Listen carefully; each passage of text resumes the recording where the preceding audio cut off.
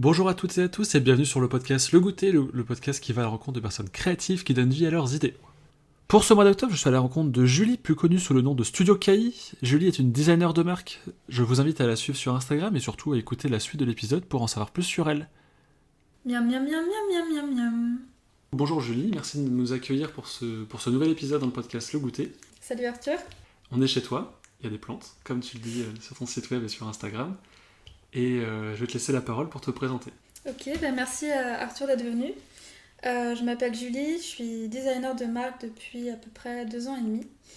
Et je suis spécialisée en identité de marque. Donc c'est créer une identité pour une entreprise ou pour une marque. Et donc ça englobe à la fois tout ce qui est logo, les déclinaisons, les typographies, les couleurs, etc. Et comment t'en es arrivé là du coup ? Alors j'ai eu un parcours un peu en dents de scie. Donc j'ai commencé quand même dans le design. Donc j'ai fait une école de design pendant 5 ans où j'étais spécialisée en design produit. À l'issue de mon master, du coup, j'ai fait une alternance dans une agence d'ameublement en région parisienne qui était donc pour devenir designer mobilier. Parce que c'est ce que j'avais envie de faire à ce moment-là. Et en fait, je me suis rendu compte que ça me plaisait pas tant que ça. Donc voilà, après mon diplôme, je me suis demandé un peu ce que j'allais faire. J'avais la possibilité de faire un stage en Erasmus, puisque comme j'avais fait mon alternance en France, j'avais pas eu l'occasion d'aller à l'étranger pendant mon master. Donc j'ai décidé de partir en Espagne dans un studio graphique, enfin non, un studio de design global qui faisait à la fois du graphisme, du produit, de l'architecture d'intérieur. Donc moi j'ai été rattachée au pôle produit. Et du coup j'ai fait ce stage donc post-études. Je me sentais pas super bien là-bas, puisqu'au niveau des projets qu'on me donnait, c'était voilà, des petites tâches. En fait, on me demandait pas vraiment mon avis, ou même si on me demandait mon avis, en fait, j'avais l'impression que ça n'avait pas beaucoup de valeur. Et du coup, c'était assez frustrant. Donc j'ai passé 6 mois là-bas, où j'étais plutôt contente que ça se finisse. Même si, bon, voilà, c'était quand même une bonne expérience, et j'ai adoré, en fait, la ville de Madrid. C'était vraiment chouette. Et ça a été aussi un premier pied dans le voyage. Et du coup, quand j'ai fini ce stage, je me suis un peu posé la question de savoir si le design produit c'était fait pour moi. Parce que après mon alternance et après ce stage, du coup, j'arrivais pas à trouver ma place, à être bien dans ce que je faisais. Donc du coup, j'ai eu envie de prendre un peu de temps pour réfléchir à ça. Et le fait que j'avais justement adoré partir en Espagne toute seule, découvrir la ville, découvrir les locaux, du coup, j'avais envie de voyager, d'aller un peu plus loin, et c'est là où la question de partir du coup en Australie s'est posée. Alors j'ai choisi l'Australie parce que ça m'attirait au niveau du style de vie qui était beaucoup plus à la cool. Enfin vraiment c'est un pays magnifique avec des super beaux paysages. Moi j'avais à ce moment-là un style de vie qui était assez proche du style de vie australien, dans le sens où je faisais attention à ce que je mangeais, j'étais devenue végétalienne. Je faisais aussi du sport pas mal, donc je sais que le style de vie australien en fait aurait pu me correspondre. Donc du coup, c'est comme ça que j'ai eu l'envie de partir là-bas. Et tu faisais quoi du coup là-bas ? Et du coup, je suis partie avec mon sac à dos sans trop savoir ce que j'allais y faire. Donc j'ai atterri à Melbourne, et puis j'ai quand même commencé à postuler un peu dans des agences de design parce que j'avais envie de tenter ma chance à l'étranger. Et j'étais assez surprise de l'accueil en fait que les gens te réservent, dans le sens où j'avais postulé, je me rappelle, dans un studio, et en fait le designer manager m'avait tout de suite répondu sur LinkedIn en me disant écoute, ça te dit, on va déjeuner ensemble et puis on discute de tes envies. Et en fait je trouvais que les gens étaient vachement accessibles et ouverts en fait à la rencontre, alors qu'en France quand on voit un mail ou un message, si t'as une réponse déjà c'est bien, et quand tu as une réponse, c'est très rare que la personne en fait se rende disponible pour échanger avec toi. Donc ça, j'avais vachement apprécié. Et j'avais d'ailleurs été retenue pour une candidature. En fait, j'avais réussi à passer le premier test. Et du coup, j'avais été retenue pour le second test. Le fait est qu'à ce moment-là, j'avais trouvé un boulot dans une ferme pour être, comment on appelle ça, cherry picker, donc c'était cueilleur de cerises. Et donc du coup j'ai pas donné suite à ce boulot là. Et puis aussi parce que je me suis dit je pars quand même en Australie, dans un pays où il y a tout à découvrir, et c'est pas forcément le moment pour que je me remette dans le design, sachant que j'avais aussi besoin de ce temps-là à prendre pour moi pour vraiment réfléchir à ce que j'avais envie de faire. Ça a duré 1 an. À peine, je suis restée en Australie 9 mois, où voilà, j'ai alterné entre des périodes de voyage en van et des périodes où je travaillais en ferme. Et ouais, au bout de 9 mois, du coup, je suis rentrée en France. Et puis là, c'était un peu retour à la case départ. C'était un peu rude. Déjà de revenir en fait dans la culture française, c'était assez compliqué. Et puis aussi de revenir, comme je te disais, à la case départ où je me posais encore toutes ces questions de est-ce que j'ai vraiment envie de continuer le design, est-ce que j'ai pas envie de faire autre chose. Et donc j'ai eu plusieurs mois un peu de questionnement où du coup je postulais à des offres dans des agences de design en France mais aussi à l'étranger, plutôt en Europe. Je cherchais pas mal en Scandinavie parce que j'adore la culture scandinave, danoise, suédoise. Et du coup ça m'attirait pas mal. Et en fait, le truc qui arrive à chaque fois, c'est que j'avais pas assez d'expérience, qu'ils préféraient prendre quelqu'un qui était plus expérimenté, justement.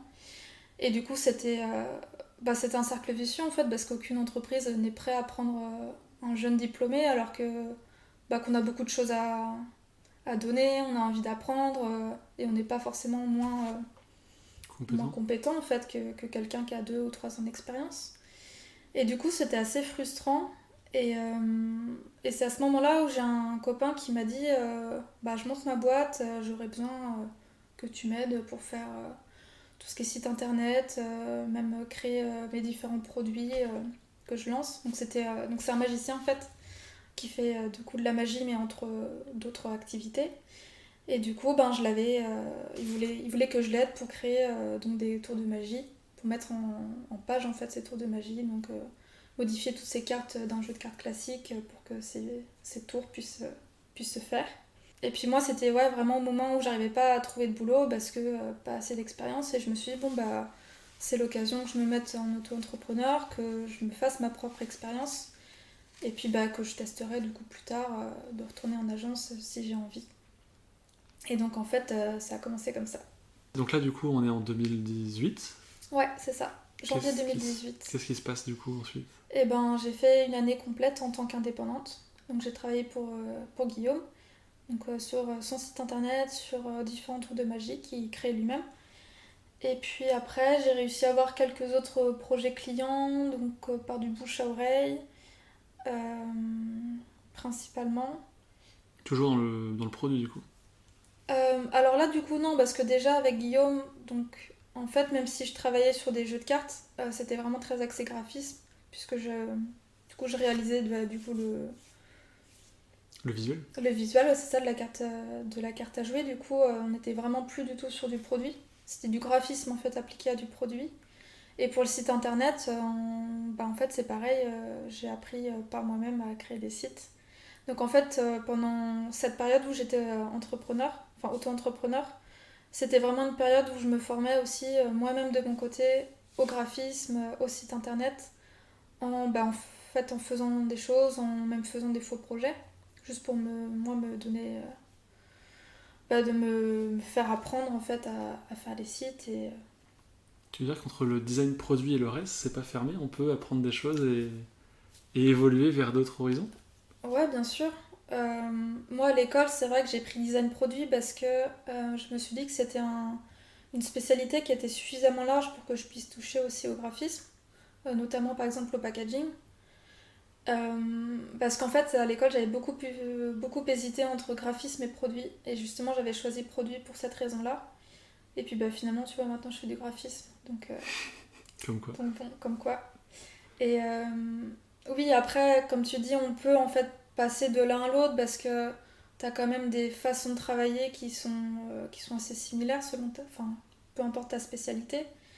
Après, oui, effectivement, t'as des choses qui sont très spécifiques au design produit, au design d'espace, mais t'as quand même une espèce de base commune qui fait que si déjà t'as un pied dans le design produit, c'est moins difficile après d'aller vers le design graphique ou le design d'espace. Parce que t'as quand même une façon de penser et que t'as quand même des bases qui sont présentes. Et donc, du coup, t'avais tout ça, t'évoluais en parallèle et t'as trouvé un autre job ou... Et ben, du coup, pendant toute cette année-là, j'avançais vraiment à tâtons. J'avais pas énormément de projets, donc voilà, j'en profitais dès que j'avais du temps libre pour créer des interfaces d'applications mobiles, de sites internet, créer des logos, pour vraiment me faire la main. À la fin de l'année, du coup, j'ai une entreprise qui m'a appelée, où j'avais déposé mon CV 11 mois plus tôt, et qui me dit bah écoute Julie, on a un poste qui se libère, est-ce que ça t'intéresse? Donc bah, je suis allée à l'entretien, et puis j'ai montré du coup bah, toutes les interfaces que j'avais faites, comment je m'étais formée, etc. Et puis bah, j'ai été prise. Et du coup, bah, en début 2019, janvier 2019, je commençais du coup un poste en tant que designer UI UX, donc vraiment spécialisé en interface, du coup dans une agence de design sur Paris.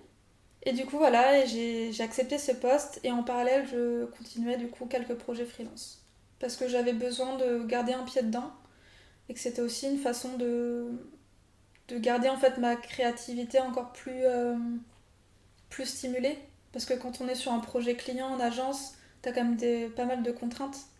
Et j'avais besoin aussi de garder ce côté un peu plus personnel en fait en parallèle. Ça te fait dire une question du coup. Est-ce qu'il le savait que tu avais un job enfin la nuit, genre.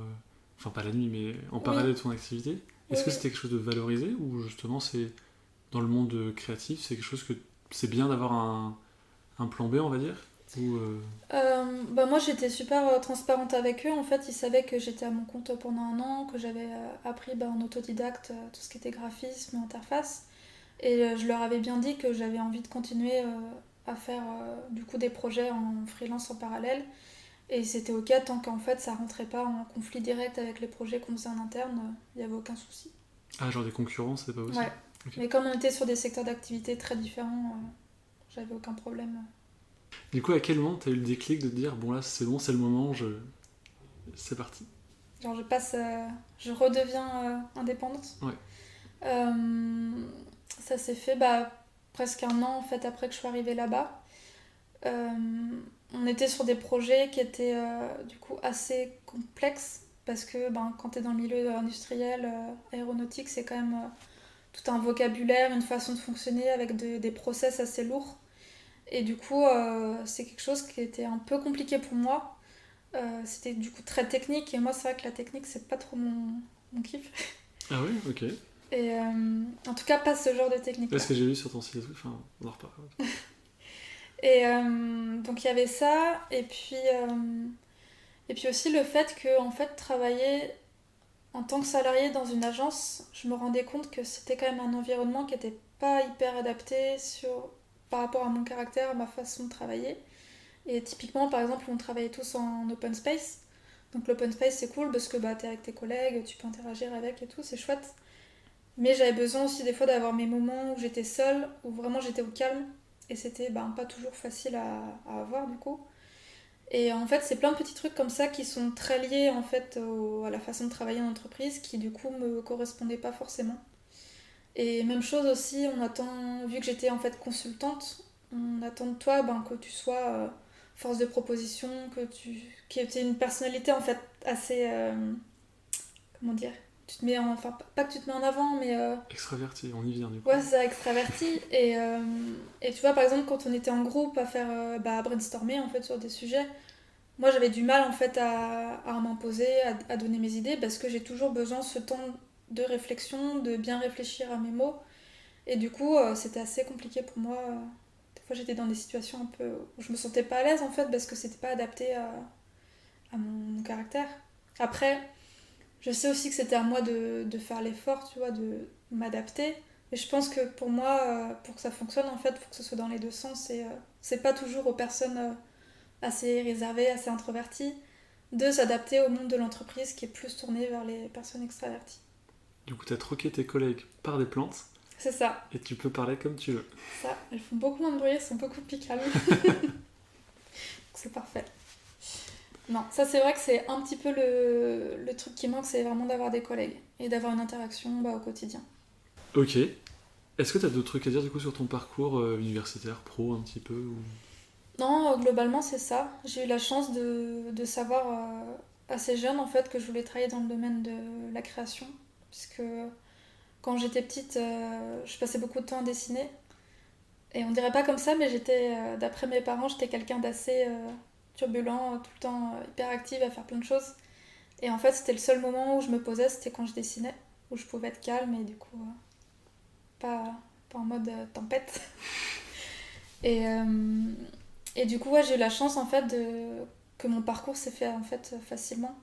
Puisque vu que j'adorais dessiner, j'ai vite pris des cours de dessin. Je suis restée 11 ans dans une école de dessin où j'allais tous les week-ends. Après, j'ai fait du coup un lycée en bac littéraire option art plastique. Une année de fac d'art plastique et puis après les 5 ans à l'école de design. Tout droit, quoi. Presque tout droit. Bon, l'année de fac d'art plastique, c'était un petit crochet, mais sinon, ouais, j'ai pas eu de problème là-dessus. Du coup, je vais te poser la question que je pose tout le temps, mais la réponse est évidente. Est-ce que tu kiffes ce que tu fais? Oui, carrément. Je regarde pas du tout. Tu pourrais revenir en salarié ou pas? Là, aujourd'hui, non. Ouais, vu que je construis petit à petit les pierres à l'édifice, en fait, je commence à avoir un peu plus de prospects, enfin, de personnes qui me contactent, et du coup là, je suis pas dans un besoin de revenir dans le salariat, soit parce que du coup, je vois que ça marche pas, ou parce que j'ai envie d'une vie un peu plus stable. Enfin, je suis pas du tout dans cette optique-là, du coup, non, vraiment, être indépendante, ça me va très bien, et j'ai pas envie de changer pour le moment. Du coup, c'est le moment de passer dans ton inspiration, ton univers. Miam, miam, miam, miam, miam, miam, miam. Qu'est-ce qui fait que Studio KI est Studio KI? Moi, j'avais noté deux, trois mots. Minimalisme, plantes et nourriture. Tout ce que j'aime. On t'affiche direct, hein, comme ça on sait qui tu es. Non, mais j'assume totalement. Ouais, j'ai un univers qui est assez reconnaissable, justement parce qu'il est très épuré, très minimaliste.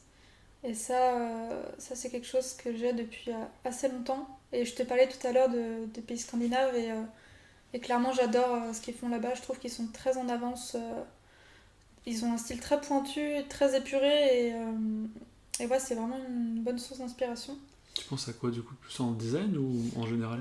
Euh, Globalement, mais aussi en termes de mobilier notamment. Je sais qu'il y a beaucoup de designers de produits là-bas parce que tu as des grandes marques comme Norman Copenhagen, comme Hay, qui sont hyper connues et qui font des mobiliers très très épurés.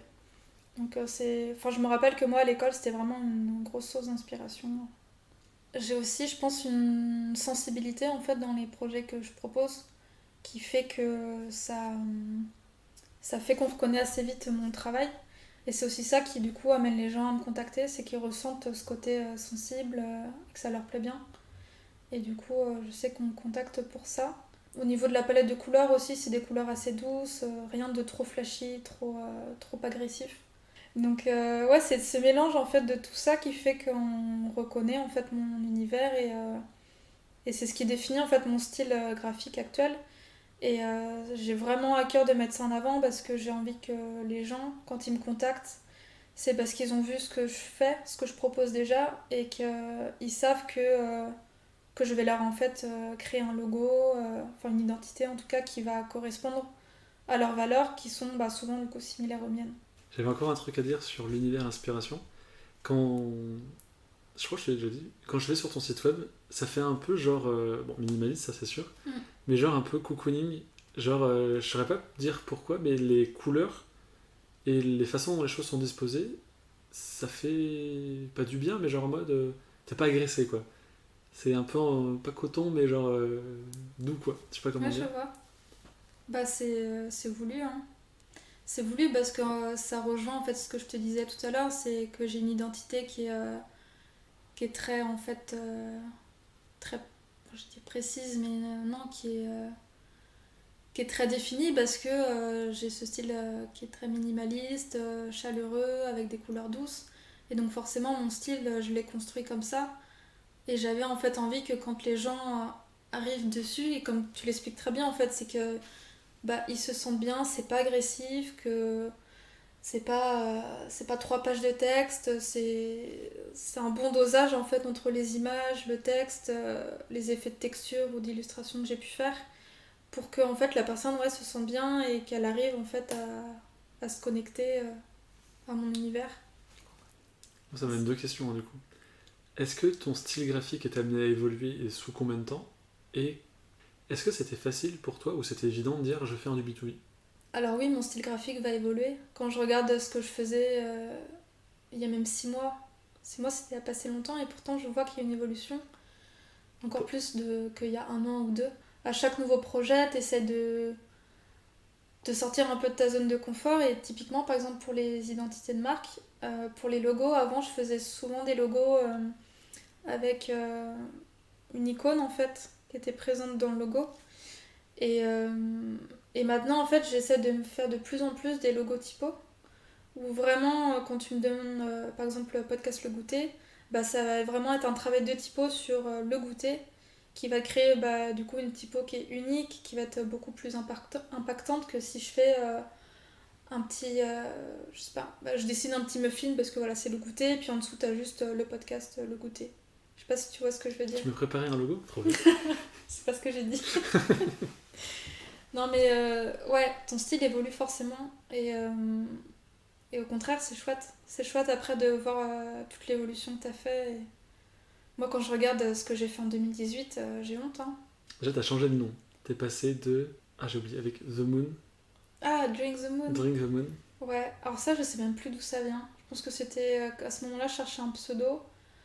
Et que j'aimais bien bah, justement tout ce qui était un peu poétique et tout. Et du coup, j'étais partie là-dessus.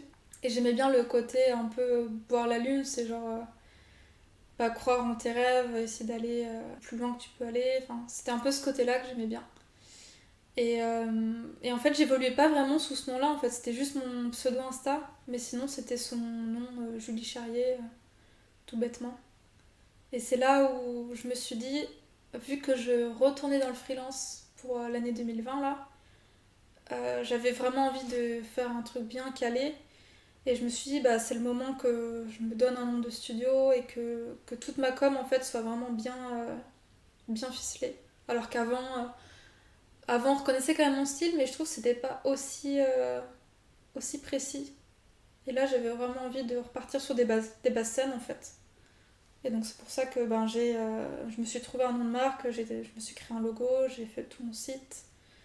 Et où maintenant, bah, partout où je communique en fait sur le studio, et ben tu retrouves le même univers partout, le même pseudo, tout est carré. Et du coup, le B2B? Ouais, en fait, j'ai voulu aller dans le B2B. En fait, je me suis même pas posé la question, ça s'est fait tout seul parce que, comme je te disais, quand tu as besoin d'une identité de marque, ben, c'est souvent des entreprises qui se créent ou des marques, donc forcément du business. Et après, pour ce qui est des particuliers qui avaient par exemple des besoins en illustration ou autre, là je pense tout ce qui est carton d'invitation, de mariage, des choses comme ça, c'est vraiment plus du B2C. Euh, c'est pas forcément quelque chose que j'avais envie de faire parce que bah déjà c'est bête mais les particuliers ils ont pas les mêmes budgets que des entreprises. Donc quand tu leur dis qu'une illustration ça coûte tant, euh, je sais pas si j'ai pas forcément d'idée enfin si je peux donner remarque une idée de prix. J'ai fait pour une cliente l'année dernière une illustration qui coûtait je crois 250 € à la cliente. Mais c'est une cliente qui est elle-même en fait entrepreneur, donc qui connaît en fait la valeur des choses, tout bêtement, qui sait que ça prend du temps et du coup qui était prête en fait, à payer ce prix-là. Demain, si je vais voir mon voisin et que je lui dis, qui veut une illustration et que je lui dis que c'est ce prix-là, et il va me dire ah oui, ah bah non.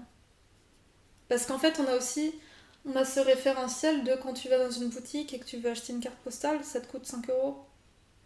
Oui, mais... Oui. Oui, mais c'est ça, ça compense. Donc forcément, quand si moi demain je suis particulier, je veux aussi une carte postale, ben, je vais penser que ça coûte 5 € ou alors peut-être je sais pas 10 €, 20 €, mais sûrement pas plus de 100 €. Et, et c'est un travail assez dur à faire. Moi je sais que au tout début, bah, quand je me suis lancée, j'ai fait un gros travail de, de veille pour savoir un peu les prix. Savoir combien est-ce que je dois me vendre, quel est mon taux journalier, tout ça. Et en fait, je me disais, mais c'est super cher. Enfin, c'est... Sans ça, vous le voyez pas à l'école? Eh ben non. Ah ouais? Moi, c'est un peu ce que je regrette à l'école, c'est que on nous apprend du coup ben, à travailler sur des projets fictifs, du coup, mais sans aucune notion budget. Souvent, en fait, c'était en mode budget limité. Donc, alors ça permet vraiment d'être hyper créatif, mais par contre, on est loin de la réalité. Et on n'a pas de cours de vraiment accès business, de comment est-ce que si tu veux être entrepreneur, quelles sont les démarches, comment faire. Et ça, c'est vraiment un gros regret. C'est vrai? Ça, je trouve ça trop bizarre. Pour moi, ça semble Ouais, tellement évident que. non. Non, on Ok. est vraiment formé à bosser après en agence. Ouais, vous êtes formé pour être en agence, pas pour être. Ouais. Je pense que, enfin j'espère en tout cas que ça tend à évoluer, parce qu'il y a de plus en plus d'auto-entrepreneurs. Mais ouais, c'est un truc que j'aurais aimé vraiment apprendre à l'école. Et puis c'est délicat parce que moi dans mon entourage, il y a très très peu de personnes qui sont chefs d'entreprise en fait, qui ont leur propre entreprise. C'est beaucoup de salariés, donc dans le privé ou dans la fonction publique. Et du coup, quand moi je me suis lancée, en fait j'avais personne en modèle.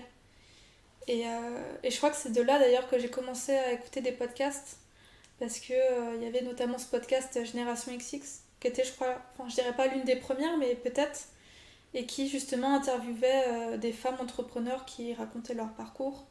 Et moi, tous ces parcours, en fait, ça m'a vachement motivée à me dire bah ouais, que je peux le faire et qu'il n'y a pas d'âge, il y a pas de chemin tout tracé, tu peux le faire juste après tes études comme tu peux le faire à 50 ans. Mm. Et tout ça, ça m'a vachement nourrie. Et je suis contente que t'aies des médias comme ça, en fait, qui mettent en lumière toutes ces histoires. Moi, je retrouve vachement ce que tu dis, parce que j'ai pas non plus de parcours entreprenant dans mon entourage proche. Mm. Et c'est vrai qu'en fait, quand tu te rends compte que c'est possible de le faire, surtout en France où tu as plein de possibilités, enfin, tu as plein de secours si besoin. Enfin, du coup, je me dis, mais pourquoi? En fait, c'est trop bizarre. Genre, c'est comme si on t'ouvrait une fenêtre et tu te dis, tiens, tu peux y aller. Ou une porte et vas-y, tu peux essayer. C'est pas sûr que c'est pas garanti que tu y arrives forcément, mais tu peux essayer.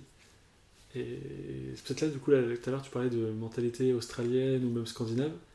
Je pense qu'ils ont plus cette mentalité-là de vas-y, essaye, Ouais. et au pire, c'est pas grave, tu vois.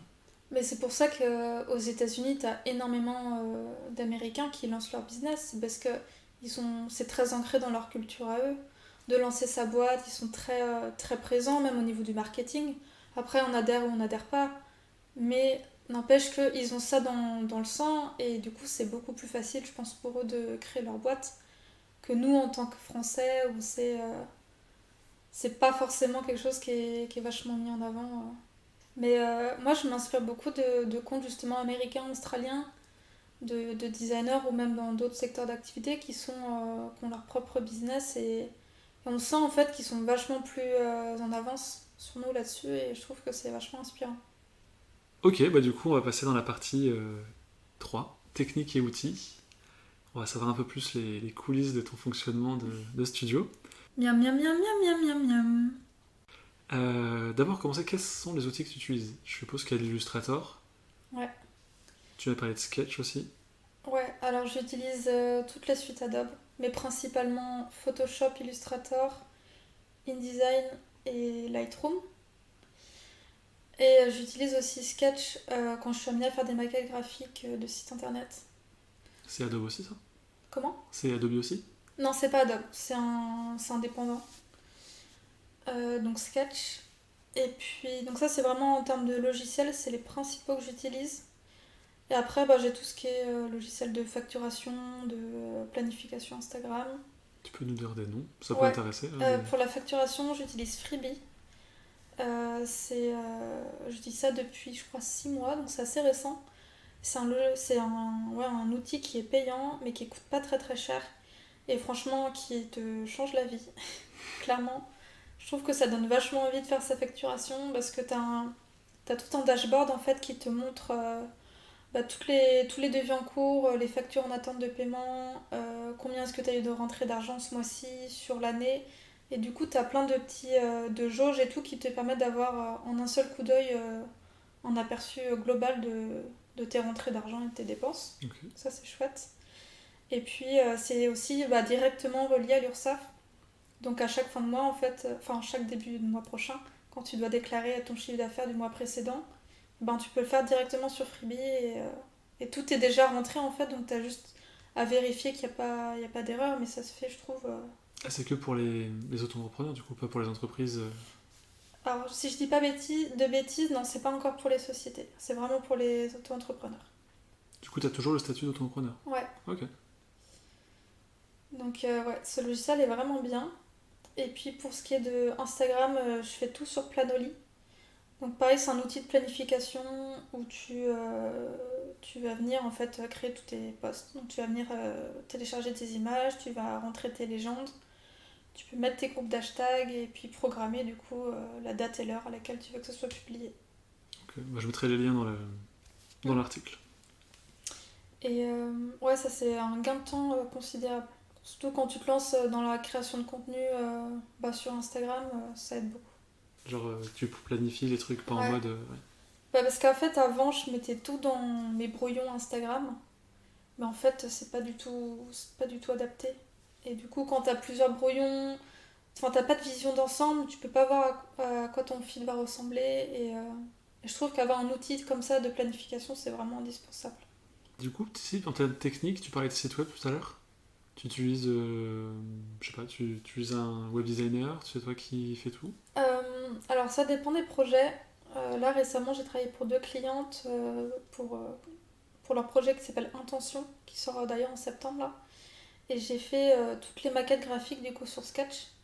Où là, vraiment, j'ai pensé le site de A à Z, où j'ai créé chacune des pages sur ce logiciel. Donc ça, c'est plutôt une formule quand tu as quand même un budget assez conséquent.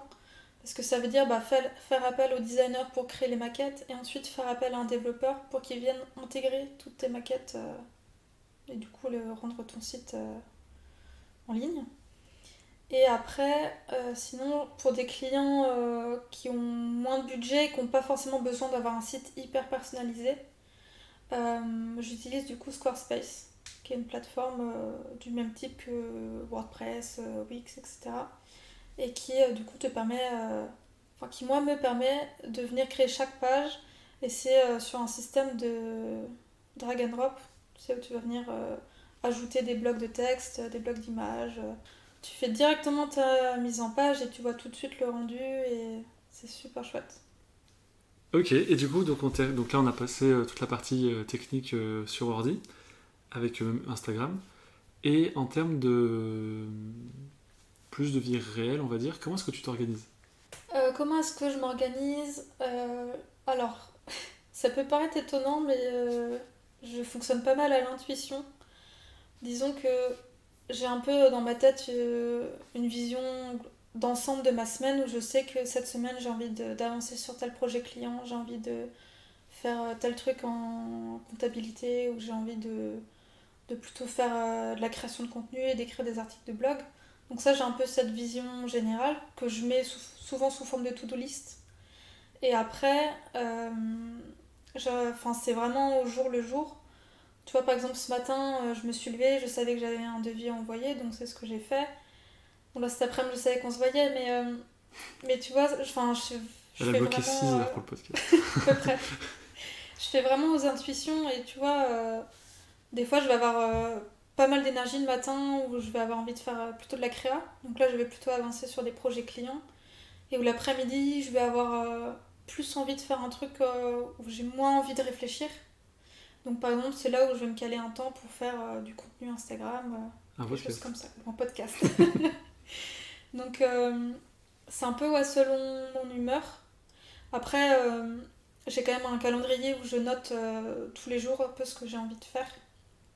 Mais si tu vois, dans l'après-midi, je sens que ouais, là, j'ai pas trop envie d'avancer sur la création de projet pour clients, bah je vais le décaler à demain.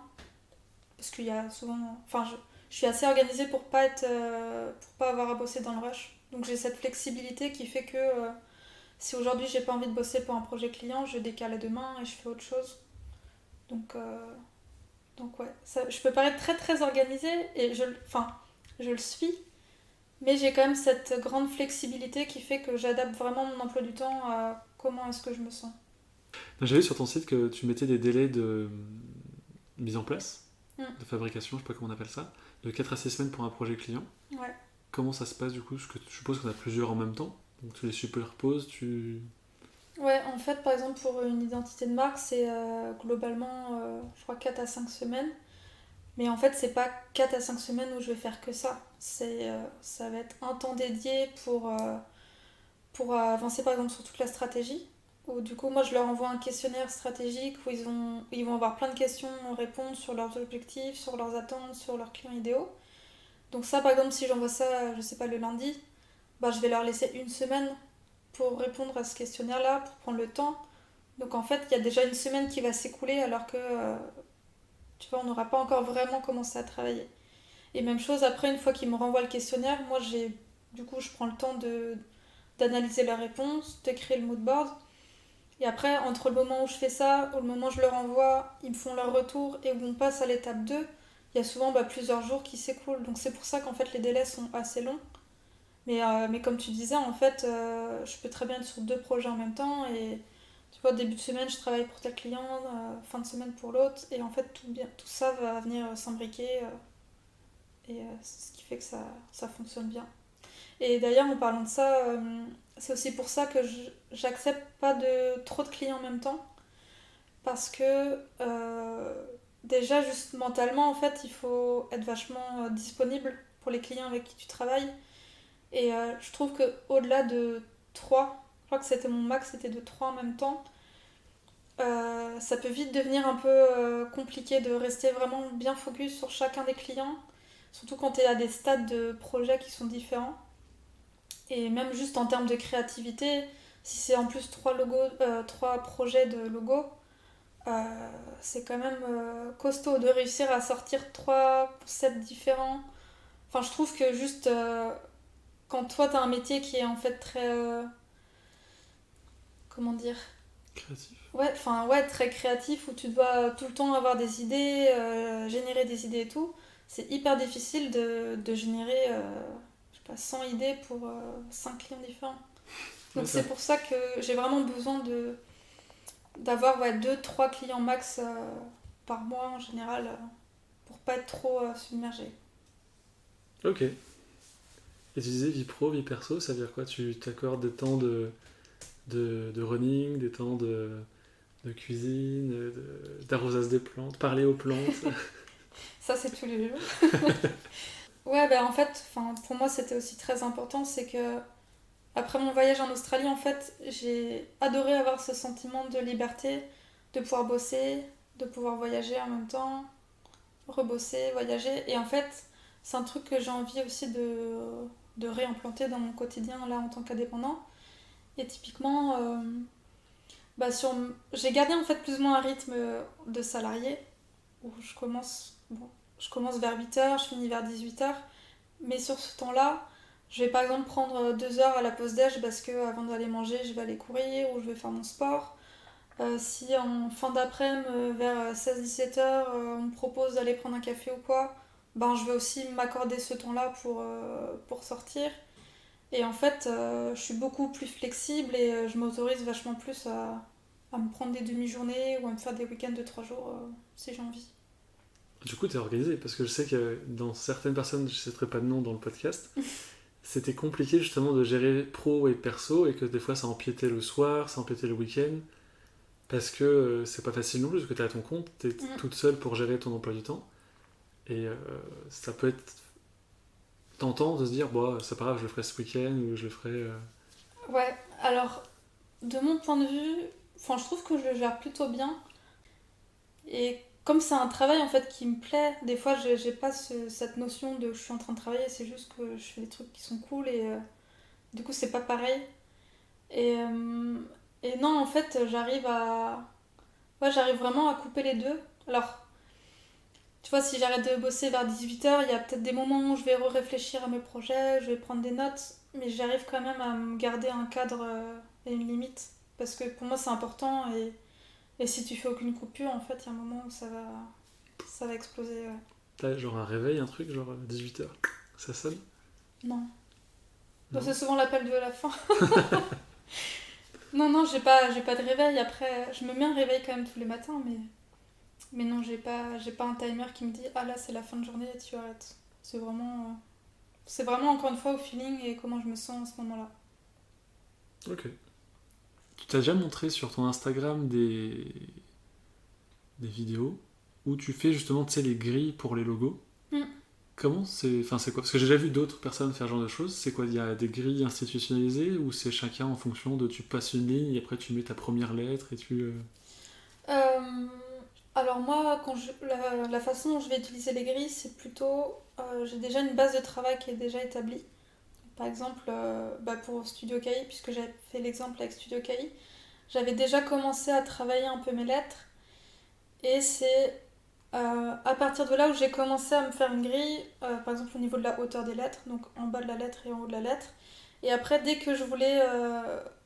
comment dire? En fait, dès que je devais réajuster une diagonale ou un trait, c'est là où je venais rajouter mes grilles pour qu'on ait tout le temps la même inclination de la diagonale, pour que les écarts entre par exemple la lettre A avec sa traverse, que ça soit vraiment au milieu, ou alors aux trois quarts. Enfin, c'est en fait des codes et des règles que tu t'imposes et qui vont t'aider en fait à construire un logo qui soit harmonieux. Ils te trouvent pas avec des lignes partout à la fin? Genre en mode... où tu les supprimes au fur et à mesure et pour pouvoir... Après, je les fais sur un calque différent, du coup je les masque quand j'ai envie de voir le logo sans les lignes pour pas que ça vienne perturber l'œil. Mais non, je me retrouve pas non plus avec 36 000 lignes parce que, tu vois, par exemple pour KI, au niveau de mes diagonales, j'avais tout le temps mes diagonales soit vers la gauche, soit vers la droite. Donc tout le temps la même inclinaison, je n'avais pas des différentes. Quand j'utilisais des cercles, j'avais un cercle de référence et j'avais soit tout le temps celui-là ou alors un cercle moitié plus petit. Mais tu vois, je rentrais pas dans des cercles qui font trois quarts plus petits. Enfin, tu vois, je gardais quand même un truc assez simple. Parce que quand même créer un logo, ça doit rester un plaisir et pas non plus une contrainte qui fait que si t'as 36 000 règles, t'arrives plus après à en sortir et je pense que ça doit être assez frustrant. Enfin, je pense en tout cas moi que j'aurais du mal à construire un truc si j'ai beaucoup trop de contraintes et trop de règles. Et tu fais tout l'alphabet ou tu fais juste les lettres dont tu as besoin? Je fais juste les lettres dont j'ai besoin. Parce que c'est beaucoup de boulot, mine de rien. Et, euh, et par exemple pour le studio KI, j'ai juste fait les 4 lettres de KI. Et, mais d'ailleurs, c'est marrant que tu parles de ça parce que je suis pas contre l'idée un jour de créer ma propre typo. Parce que plus ça va et plus j'adore en fait travailler la typo.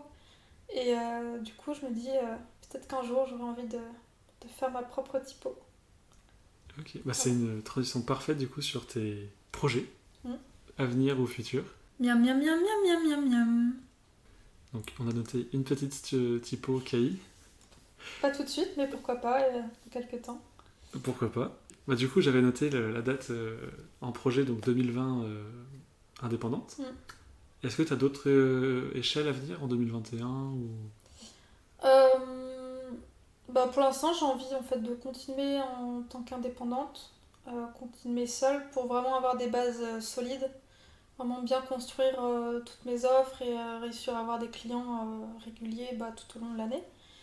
Après, je suis pas contre, pourquoi pas dans un an ou deux, faire plus de collaboration avec des gens qui ont des compétences complémentaires aux miennes. Donc voilà, pourquoi pas bosser ensemble sur des projets un peu plus gros aussi. Par exemple, je sais pas, une marque qui a des besoins aussi en photo, en vidéo. euh, Pourquoi pas m'associer du coup ouais, avec des photographes, vidéastes. Et qu'ensemble on crée un univers de marques qui soit encore plus complet. Ça pourquoi pas. Est-ce que tu vas, alors plus ou moins à long terme, prendre un studio en termes de pièces? Parce que là on est chez toi. Ouais. Est-ce que tu vas justement peut-être un coworking, trouver un espace de travail où tu pourrais croiser d'autres personnes, mais aussi tu pourrais avoir ton espace personnel et pas un... Comment t'appelais tout ça tout à l'heure? Un Un open open space. space. Euh, En ce moment, disons que non, c'est pas une envie que j'ai. Pour l'instant, je suis très bien à travailler chez moi et j'apprécie voilà, d'avoir mes petites habitudes, de pouvoir faire les pauses quand j'ai envie et tout ça. Faire mon sport aussi en plein milieu de la journée. Si demain je vais prendre place dans un coworking, même si on est assez libre d'y aller quand on veut, ça reste une petite contrainte. Et je préfère en fait plutôt faire du coworking ponctuellement, par exemple avec Bandapart, avec Alix, quand elle propose des sessions, y aller de temps en temps, peut-être une fois par mois ou toutes les 2 semaines, plutôt que vraiment de m'inscrire dans un coworking et d'y aller tous les jours pour aller bosser. Là aujourd'hui, c'est pas un truc que j'ai besoin. Même si je ressens ce besoin d'avoir des collègues et d'échanger, je préfère le faire pas dans mon cadre de travail en fait, plutôt s'il y a un after work ou comme je te disais, une session de coworking qui est organisée. Ok. Et faire un collectif avec d'autres personnes qui sont pas dans ton univers justement? Ça pareil, c'est pas quelque chose que j'envisage tout de suite. J'ai vraiment envie de rester indépendante et mettre en fait des projets que je fais et j'ai pas envie de dépendre d'autres personnes. Parce que je veux garder un peu ce côté, cette liberté que j'ai actuellement qui fait que si demain j'ai envie de me prendre 2 jours, ben je peux et je suis pas redevable de quelqu'un avec qui je suis en train de travailler. Ok. Bah du coup, à moins que tu aies des projets cachés dont tu peux parler... Il y a un projet que j'ai parlé déjà un peu sur Instagram en story, c'est de faire imprimer des illustrations que j'ai faites sur des carnets. Et ouais, parce qu'en fait, comme je te disais, l'année dernière, du coup, j'ai fait pas mal d'illustrations. Et puis il y en a beaucoup en fait qui sont restés dans un dossier dans mon ordi et qui servent pas. Et du coup, j'avais envie de leur donner vie en fait et de les mettre sur des carnets parce que moi, le carnet, j'utilise ça au quotidien pour la prise de notes, pour tout. Dès que j'ai un truc en tête, j'utilise mon carnet. Et du coup, j'avais envie en fait de créer plutôt des petits carnets de poche qui sont faciles à transporter ou sur lesquels je vais pouvoir mettre mon illustration. Et j'aime bien le fait que ce soit une illustration qui est faite par une designer graphique et qui est faite en fait en petite série. Tu vois, ça sera potentiellement 100 exemplaires, donc c'est vraiment... c'est pas en envergure pour aller vendre ça partout en France, mais c'est vraiment une petite série pour les gens qui suivent déjà un peu mon travail, qui aiment ce que je fais et voilà, qui ont envie de soutenir en fait mon travail, l'entreprise locale aussi, puisque je vais faire ça avec une imprimante sur Nantes, une imprimerie sur Nantes, pardon. Donc voilà. Ok. Non mais du coup là, dans ce que tu viens de dire, c'est déjà sorti depuis quelques temps. Oui, puisque j'ai fait ça en septembre, donc ça fait quelques semaines là que c'est prêt.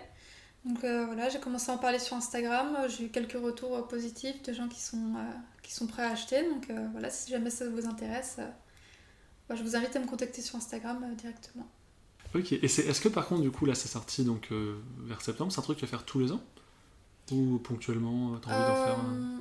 Pas forcément. Là, c'est une idée qui m'était venue en fait au début de l'été.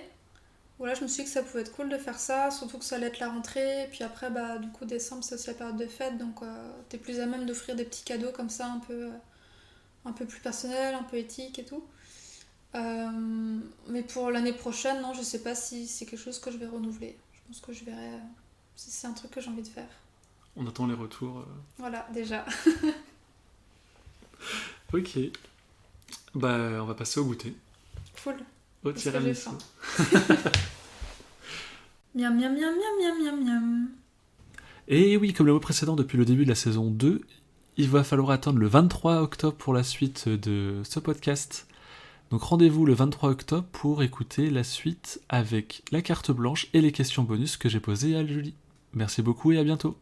Ciao.